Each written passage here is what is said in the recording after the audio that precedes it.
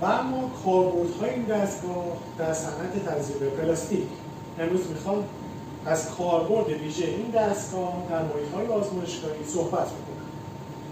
یعنی کاربرد دستگاه تزریق پلاستیک تمام اتوماتیک برقی برای تولید دمبل کشش و پلاک تست رنگ. اگر شرکت شما تولید کننده مواد پلیمری و یا محصولات پلیمری باشه، برای تست خواص مکانیکی مانند تست ضربه، کشش و سایر تست‌های مکانیکی نیاز به تزریق دمبل‌های تست مواد با استاندارد ASTM خواهد داشت. بنابراین شرکت ما میتونه در ساخت قالب این دمبل‌ها و هم تولید اونها با دستگاه آل1825G به شما کمک بکنه. و یا اگر شما شرکت تولید کننده مستر بچ و یا افزودنی‌های رنگی پلیمری باشید، برای رسیدن به درصد مناسب مستر بچ برای یک نمونه رنگی خاص نیاز به تولید نمونه برای تست رنگ خواهید داشت. همونطور که می‌بینید این تست بایستی به دفعات انجام میشه، چون مشتریان شما نمونه‌های رنگی متفاوتی رو به شما دادن.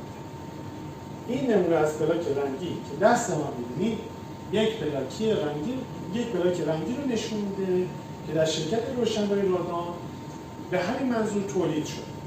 بنابراین شما برای ساخت قالب پلاک رنگی و ارائه دستگاهی که بتونه این پلاک رو برای شما تولید بکنه میتونید کمک ما حساب کنید. ابعاد کوچیک و برقی بودن مکانیزم حرکتی این دستگاه باعث شده تا مزیت‌های چشمگیری رو پیدا کنه.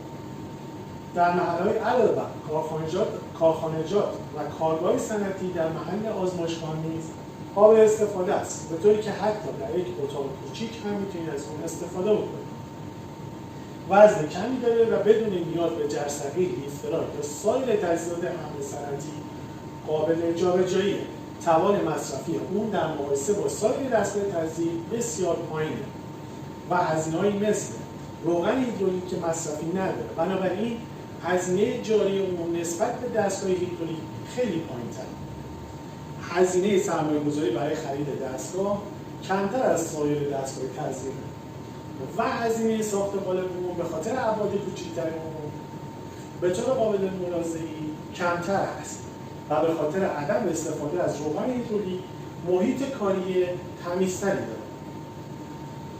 استفاده از برق تک‌فاز شهری و کوچک بودن سیلند و استفاده از مواد کمتر برای تست از دیگر مزایای این دستگاه است.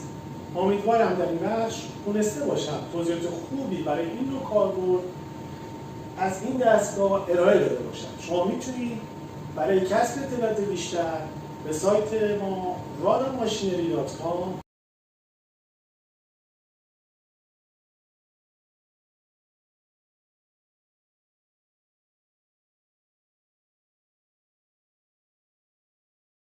و یا با شماره‌های ثابت و موبایل ما تماس بگیرید و از کمک مشاوران ما برای